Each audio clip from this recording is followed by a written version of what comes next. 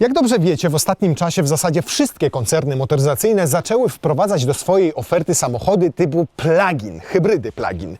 I dzisiaj chciałbym zacząć odcinek od wytłumaczenia Wam, o co w tym wszystkim chodzi. Na przykładzie tego auta. Porsche Panamery e-Hybrid.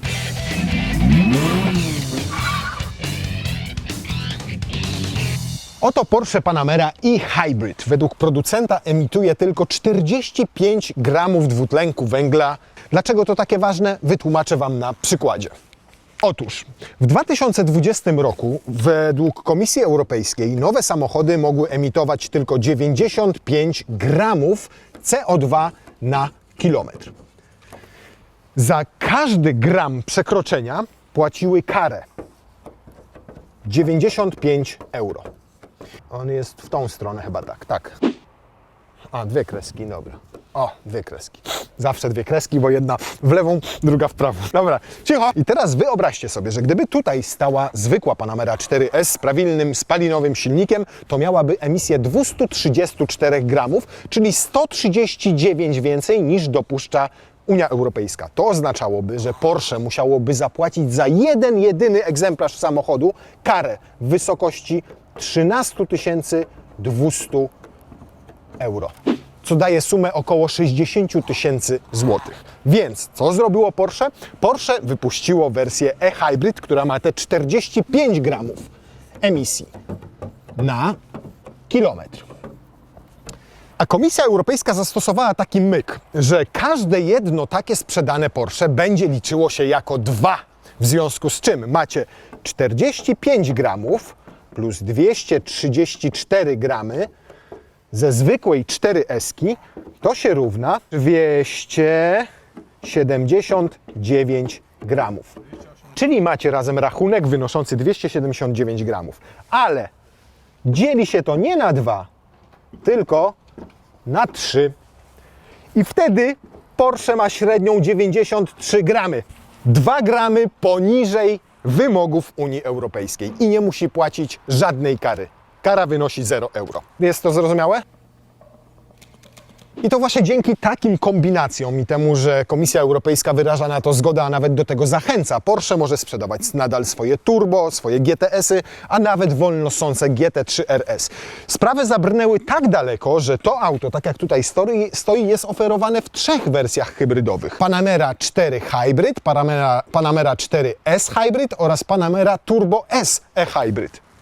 Nie Hybrid. Oraz Panamera Turbo S e-Hybrid. I tutaj mamy taką wersję 4S e-Hybrid. I ciekaw jestem jednego. Ile w tym samochodzie, pomimo tego, że ma plugina, jest prawdziwego Porsche? Ładuje się ze zwykłego gniazdka od 0 do 100% w zaledwie 8-9 godzin. Luzik. Akurat w tym czasie możecie spać. No więc, tak jak wspomniałem, mamy tutaj wersję 4S e-Hybrid, która jest, uwaga, droższa od zwykłej 4S. Nie o 100 000 złotych, nie o 50, nie o 20, nie o 30, ale raptem o 10 000 złotych.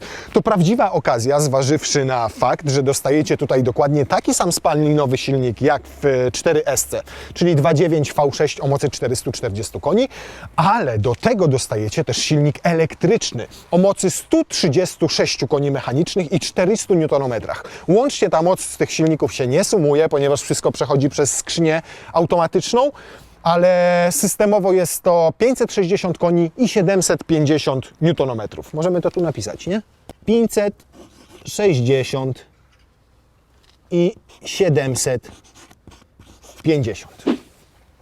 Bardzo ładnie. O jednym Wam nie powiedziałem. To jest wersja po faceliftingu, tylko że w przypadku Porsche facelifting jest taki dyskretny, mniej więcej taki dyskretny jak puszczenie cichego bąka. Wracając do e-Hybrida, no to owszem, zastosowanie silnika elektrycznego i benzynowego podniosło moc, ale trzeba było gdzieś upchnąć baterię. I te baterie zmniejszyły niestety pojemność bagażnika i to prawie o 100 litrów. Przy okazji możecie poznać nowego członka rodziny, a przy tym również nowego członka karoserii. To jest nowy współprowadzący. Ej, młody, nie wyskakuj teraz. Przedstaw się ładnie. Nazywam się Urus. Mogliśmy go nazwać tylko na U, bo takie były wymagania Związku Kynologicznego, więc było do wyboru motoryzacyjne UAZ albo Urus. A ponieważ moja żona marzyła o piesku i marzy o Lamborghini, to został Urusik, tak? O ja już nie testuję dzisiaj tego auta. Wracając do tematu, 405 litrów to bardziej poziom samochodów kompaktowych współczesnych. W dodatku już część jego jest zajęta przez dwie walizki, w których mieszczą się kable do ładowania i jakieś inne elementy. Tu chyba jeszcze coś innego, jakiś pokrowiec. Na co, na narty? Nie wiem na co. Trochę mało jak na samochód Gran Turismo, którym chcielibyście czasami zabrać więcej niż tylko siebie i współpasażerkę, tylko na przykład jakieś dzieci albo też osoby dorosłe. Tym bardziej, że aż się prosi o to, żeby z tyłu usiadł ktoś dorosły. Ponieważ mamy tutaj, limuzynę z prawdziwego zdarzenia, która ma tylko dwa fotele. Owszem, jest dostępna też trzyosobowa kanapa i wszystko tutaj takie ładne, takie cacy, takie błyszczące. Może ją uruchomię, to będziemy mogli sobie przynajmniej część z tych rzeczy obsłużyć. Jest! Macie w tej wersji nawet ekran dotykowy, którym możecie sobie sterować, zmieniać sobie stacje radiowe, którym... Tak jest, tutaj możecie sobie sterować klimatyzacją niezależnie, wentylacją i ogrzewaniem foteli. Nawet tylną roletką. W bocznych drzwiach też znalazły się roletki. Oczywiście wszystko elektryczne. Zobaczcie, macie nawet pamięć tylnego fotela. 3 pozycje możecie zapamiętać, pomimo że tylko i wyłącznie steruje się tutaj oparciem. Jedzie w górę, jedzie w dół. A, jeszcze przepraszam, tutaj długością siedziska. O, jak se tak zrobię, no mega, to bardzo jest przydatne to sterowanie siedziska, biorąc pod uwagę to, że w ogóle ja tutaj do niego nie dotykam przy swoich nogach, więc jak to teraz jest maksymalnie wysunięte, to tylko uderza mnie tutaj w te włytki, a jak je schowam, to i tak do niczego się nie przydaje. Natomiast miejsca jest tak jak w samochodach segmentu E. Tak na dobrą sprawę. Jest przyzwoicie, ale pamiętajcie o tym, że jeżeli zależy Wam na tym, żeby siedzieć w Panamerze na tylnym siedzeniu, to możecie kupić sobie wersję z wydłużonym rozstawem osi. Przepraszam, jeszcze raz. I wtedy dwoje pasażerów z tyłu ma tutaj naprawdę sporo miejsca. To po pierwsze, a po drugie Tange Executive również występuje w 3 wersjach e-hybrid. Oś się uwaliłem tym białym, no. A tutaj macie, cup holdery, tylko takie dziwne. Tu jest, widzę, popielniczka, którą jak wyjmiecie, to możecie mieć niestety bardzo płytki uchwyt. A nie, to się, przepraszam, wtedy wysuwa do góry, on jest wtedy trochę głębszy i tutaj jest drugi gniazdo USB-C oraz gniazdo tradycyjnej zapalniczki. Tu w wersji z pakietem dla palących, bo jest normalnie, zapałala jajka. Macie rękaw na narty, składane są również oparcia obu foteli, co nadaje temu wnętrzu troszkę praktyczności. Zobaczcie, jaka śmieszna jest ta roletka z tyłu, która zasłania tę część pasażerską od bagażowej. To jest ta przeciwsłoneczna. Ona się chowa tutaj w zasadzie z strony rolety bagażnika. Natomiast jeżeli chodzi o fotelik, to niestety nie jest łatwo go wpiąć. Po pierwsze tutaj, przesuń się Rambuś, bo muszę tutaj pokazać Państwu, zawsze jest to za jakimiś plasticzkami, a tutaj trzeba rozszerzać tą tapicerkę, łatwo ją pokancerować, ale że auto nie jest nasze, to po prostu wepchniemy. Dokładnie, jedna weszła. Druga jest, kurna, nie weszła. Widzicie? I to jest to, o czym mówię. Teraz muszę to wypiąć, jeszcze raz wysunąć, wcelować z tej strony, znaleźć dziurę z tej strony, poprawić se palcem. Teraz wejszło. Natomiast położenie takie siedzisko jest dosyć głębokie, więc nawet jak do końca to wsunę, no to dzieciak będzie miał tak nogi, że będą wystawały i waliły w kanapę. Dzieci nie ma, bo są w szkole i w przedszkolu, ale mam lepszy substytut dzieciaków, bo ten przynajmniej nie gada, nie wkurza się. I zobaczcie. Tak? Dobrze jest? Wygodnie? Chodź, Urus. Porsche chwali się, że w tej wersji poliftingowej 4S e-Hybrid przede wszystkim zwiększyło baterię z 14 do około 18 kWh. To według Porsche oznacza zasięg tylko i wyłącznie na elektryce na poziomie 50-55 km. Całkiem nieźle. Średnie spalanie ocenili, uwaga, na 2,5 litra paliwa. Oczywiście trzeba być idiotą, żeby w to uwierzyć, że przejedziecie tym samochodem, nie wiem, kilkaset kilometrów i że będzie takie średnie spalanie, bo ono jest wyliczane w tej normie WLTP.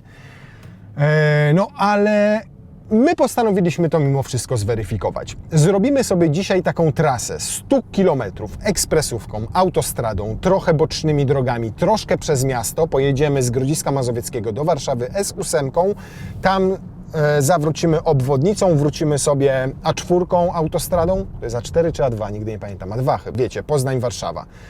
I zobaczymy, to będzie dystans jakichś 100 km i zobaczymy, jakie będzie w tym samochodzie to realne, prawdziwe spalanie. Mamy wyzerowany licznik przebiegu, przejechaliśmy 1,3 km, mamy baterię naładowaną na fulla, mamy tutaj komputer pokładowy, który też został zresetowany. Założenie oczywiście jest takie, że będziemy jechali zgodnie z przepisami. No, powiedzmy, jak 120 na ekspresówce, to pojedziemy momentami 130. No będziemy musieli też zahamować, będziemy musieli też przyspieszyć. Postaramy się też w tym czasie zrobić 0-100, ale nie będzie upalania. Wszyscy wiemy, że Porsche potrafią szybko, super fajnie jeździć. Jakbyśmy je zabrali na tor, byłoby to kolejne Porsche na torze.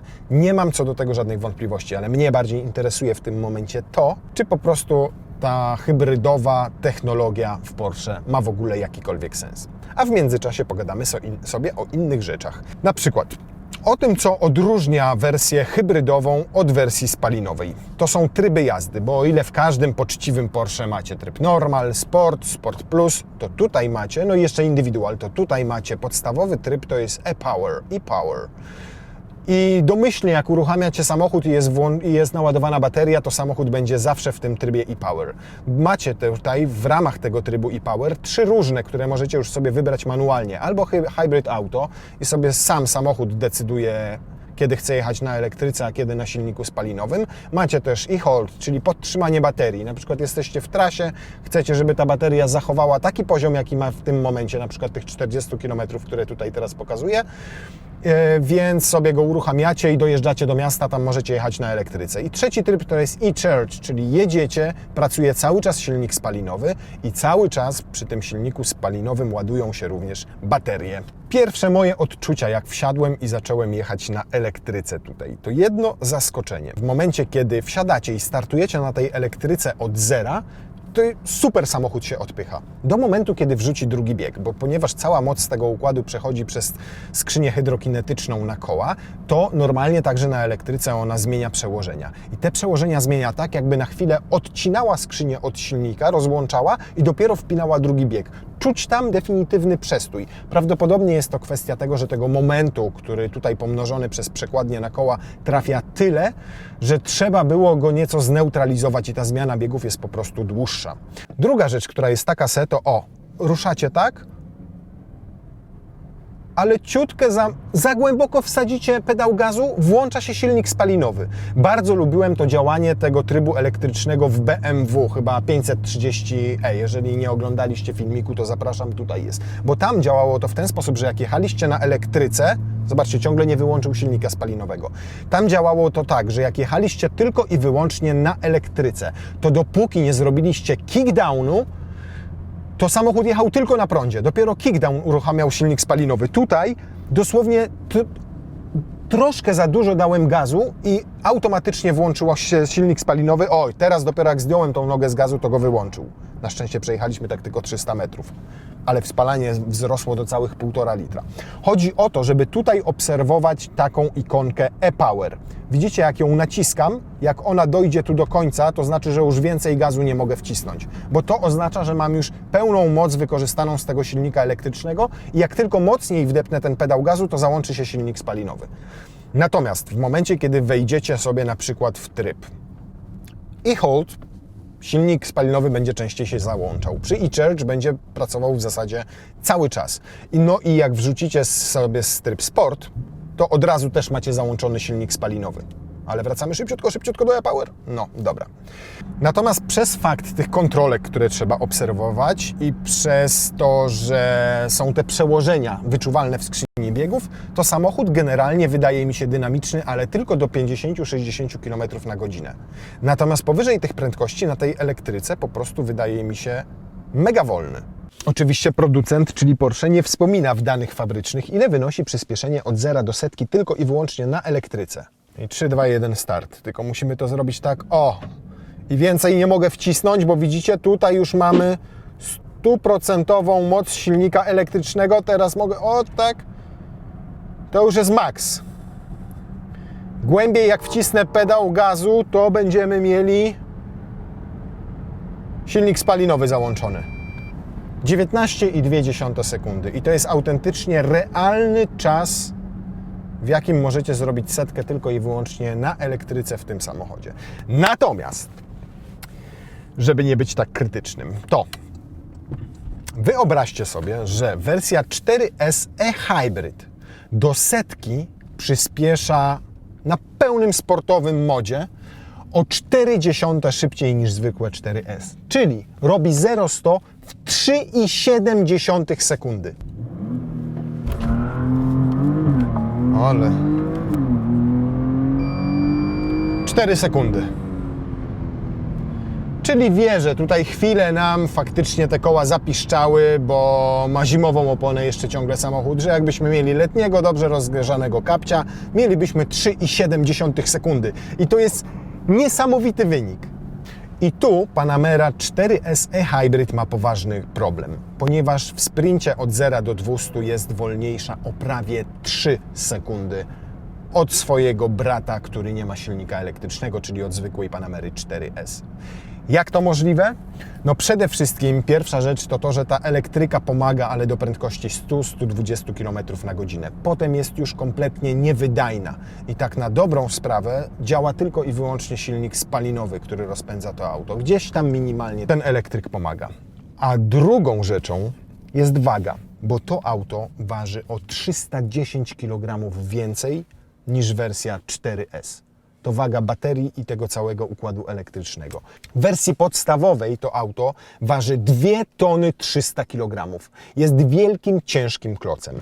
A tu mamy wersję opcjonalną, która ma na przykład szklany dach, która ma silnego na tylnej kanapie. I ciekaw jestem, ile ona waży. Kładę to tu, przed przednią osią. Włączam on-off, świeci się 0. Przejadę pod tym kołem, zmierzy się waga na tej stronie. Naciskasz tylko strzałeczkę, wtedy przejeżdżam tylnym kołem. Jak przejadę, znowu Ci się wyświetli, ile waży tamto koło. Potem musisz to przenieść na drugą stronę, nacisnąć strzałeczkę, żeby zważyć kolejne koło. I tak 4 razy, a potem wcisnąć tylko total. Dobrze? To ruszamy. Tak jest. Teraz wciskasz, najpierw przenosisz na tył, pod tylną oś. Teraz przednie koło, poproszę. Strzałeczkę, Lenar, strzałeczkę. Niczego nie zepsułeś? O kurna, jest lżejsza niż fabryka podaje. Wyszło 1238 kg. Na pewno wszystkie osie zmierzyłeś? I każde kółko? Wszystko se tu muszę sam robić na planie, naprawdę.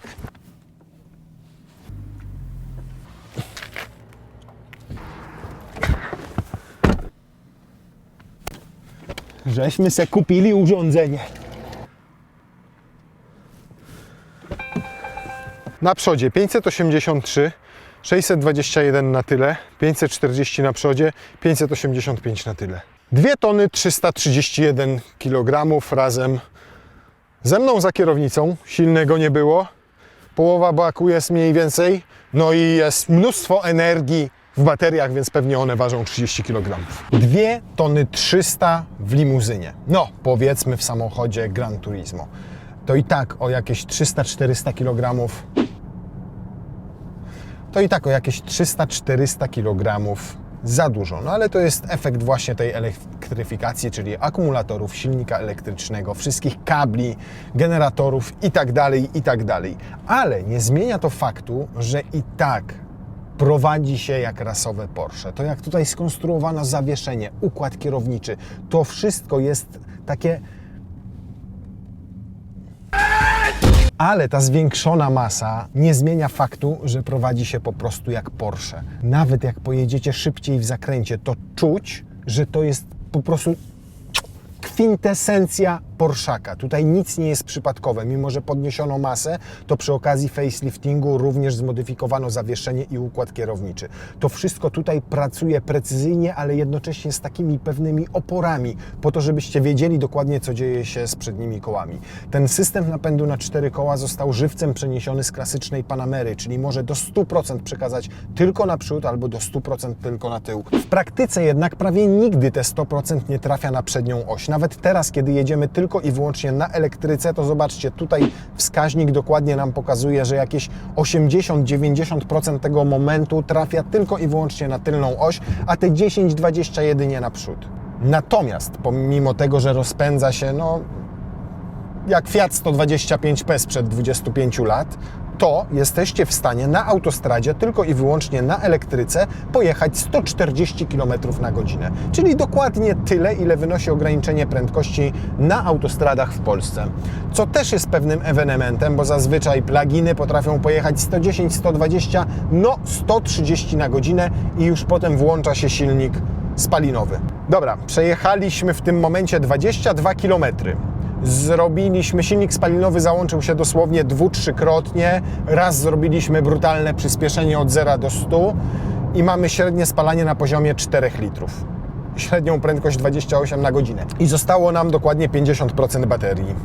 Zobaczcie, ktoś taki jak ja, wybudował się powiedzmy, może nie jak ja, przepraszam bardzo, ktoś znacznie bogatszy ode mnie, zamożniejszy, wybudował się w Grodzisku, chciałby taką Panamerę po to, żeby dojeżdżać sobie do Warszawy do pracy, dziennie, łącznie tam z jakimiś dodatkowymi zajęciami robi 100 km dziennie. I właśnie dla takich ludzi de facto został skonstruowany taki samochód. Niemniej, jak sobie popatrzycie na ogłoszenia kilkuletnich Porsche Panamera, to się okazuje, że ludzie bardzo dużo nimi jeżdżą. Te samochody potrafią mieć po 100 to minimum, ale i 200 i 300 tysięcy kilometrów przebiegu.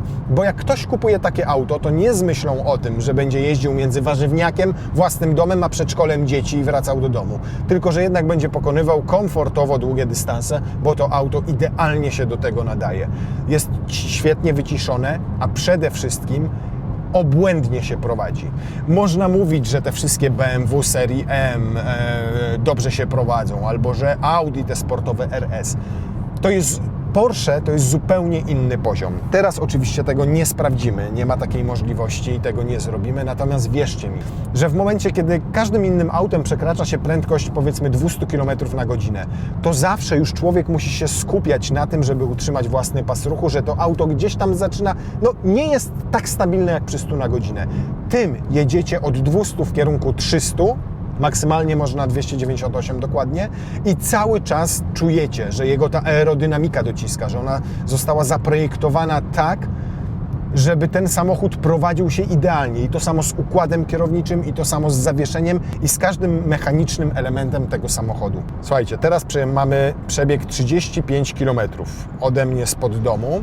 Większość jego pokonaliśmy tylko i wyłącznie na elektryce, zostało nam 7 km zasięgu. Niemniej to oznacza, że od siebie z Grodziska dojeżdżam do Warszawy i ja nawet nie dojeżdżam, już mam po prądzie. I za chwilę, po 6 km, zacznie nam ten samochód pracować w trybie typowym hybrydowym. Czyli głównie będzie chodził silnik spalinowy, czasami się wyłączał, czasami będą się doładowywały baterie, na przykład podczas zwalniania i przyspieszania. I bardzo jestem ciekaw efektów w spalaniu. Skończył nam się zasięg elektryczny. Pewnie chwilę jeszcze pociągnie tylko i wyłącznie na tym prądzie i się włączy spalinowiec. I zacznie rosnąć zużycie paliwa. Teraz jest 2,1, czyli tylko 0,4 mniej niż podaje producent.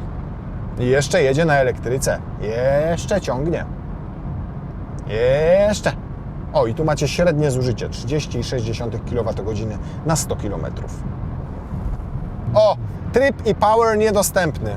I słychać było, jak burknął z tyłu wydech. Swoją drogą dziwny ma ten wydech, bo nawet w tym trybie hybrydowym, a nie sportowym, brzmi tak donośnie, bym powiedział. To jest chyba dobre słowo.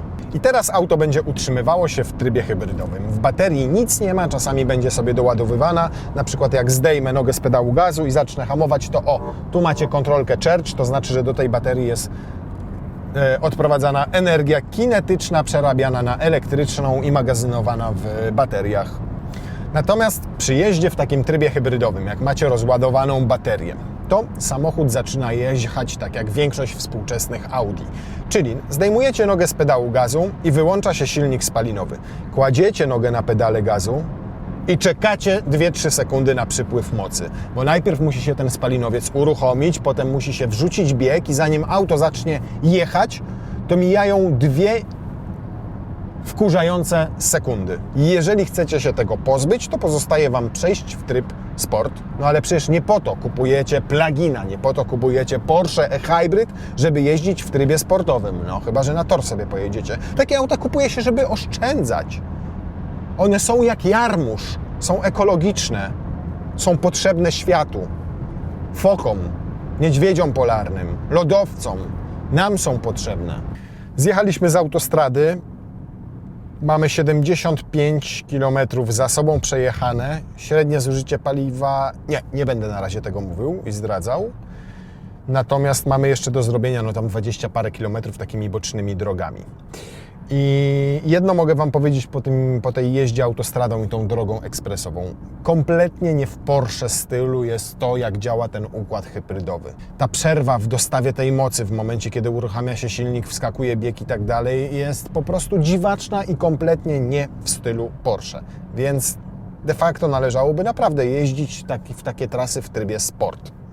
Ale wtedy nie paliłby mało, bo teraz był naprawdę spory ruch, to jechaliśmy nie 140, tylko raczej takie 110, 120, momentami 130, a i 90 jak tir wyprzedzał, to średnie spalanie z tego autostradowego odcinka to jest 8,6 litra. A wiem, że kiedy będzie Wam się naprawdę spieszyło i naprawdę wykorzystacie moc tego auta, to będzie i 12, 13, 14 i 15 litrów. Niemniej to i tak będzie mniej niż w przypadku zwykłej 4S-ki. I to o jakieś 2-3 litry. Dobra, 102 km i 300 metrów przejechane, średnie zużycie paliwa to 6 litrów. Sami sobie odpowiedzcie na pytanie, czy to dużo, czy mało, jak na auto, które ma 560 koni i robi setkę w niecałe 4 sekundy. Ale trzeba zdać sobie sprawę z tego, że im głębiej w las, tym będzie ciemniej, bo im większy dystans będziecie pokonywali, tym to spalanie będzie szybciej rosło. Prosta kalkulacja. Tak normalnie jak jedzie na elektryce, to ok, ale jak się włącza napęd hybrydowy, to pali więcej. O ile więcej, to też sprawdziłem, ponieważ zresetowałem sobie drugi komputer pokładowy, ten w momencie, kiedy nam się całkowicie skończyła energia w bateriach i przejechaliśmy 50 km, a średnie zużycie wyniosło 8,7 litra. I tak nieźle, jak na tego typu samochód. Natomiast reasumując, Porsche, które słynęło do tej pory z produkcji krwistych, pysznych burgerów, musiało przez unijne przepisy wypuścić jarskiego burgera. Natomiast to jest trochę jak wmawianie, że ten burger sojowy smakuje tak jak ten mięsny. Cóż, spróbujecie i najchętniej byście wypluli go gdzieś w chusteczkę, no ale wszyscy naokoło patrzą, więc nie bardzo możecie to zrobić. Więc jeżeli jesteście koneserami Porsche, uwielbiacie finezję, z jaką oni konstruują te wszystkie napędy, zawieszenia, układy kierownicze, to kupcie po prostu Panamerę 4S.